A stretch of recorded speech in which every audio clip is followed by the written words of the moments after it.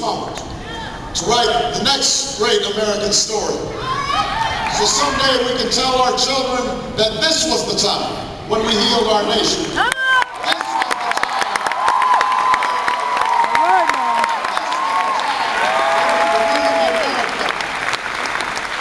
This was the time when we renewed the America that has led generations of weary travelers from all over the world to find opportunity and liberty and hope on our doorstep.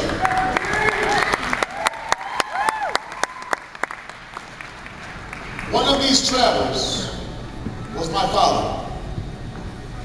I barely knew him. But when, after his death, I finally took my first trip to his tiny village in Kenya and asked my grandmother, who lives there in a small shack without running water, electricity, I asked her if there was anything left from him. And she opened a trunk and took out a stack of letters, which she handed to me.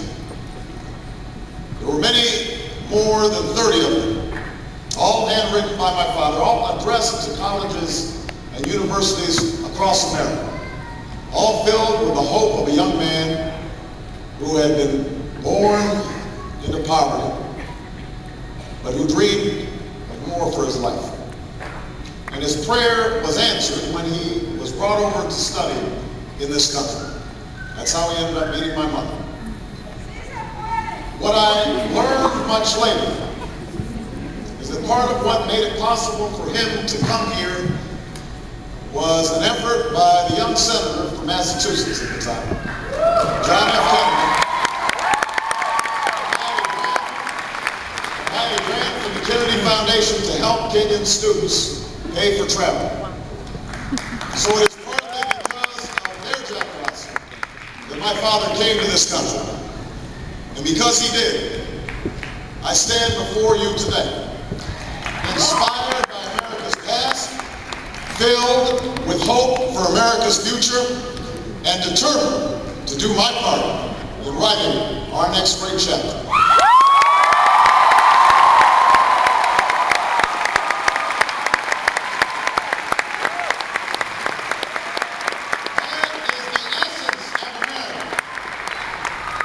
Each generation reaching back and bringing along those who might have otherwise been left behind. So I'm asking for your hands, I'm asking for your help, and I'm asking for your hearts. And if you will stand with me in the days to come, if you will stand for change so that our children have the same chance that somebody gave us, if you'll stand to keep the American dream alive for those who still hunger for opportunity and still thirst for justice, if you are ready to stop settling for what the cynics tell you you must accept and finally reach for what you know is possible, then we will not just win these primaries, we will not just win this general election, we will change the course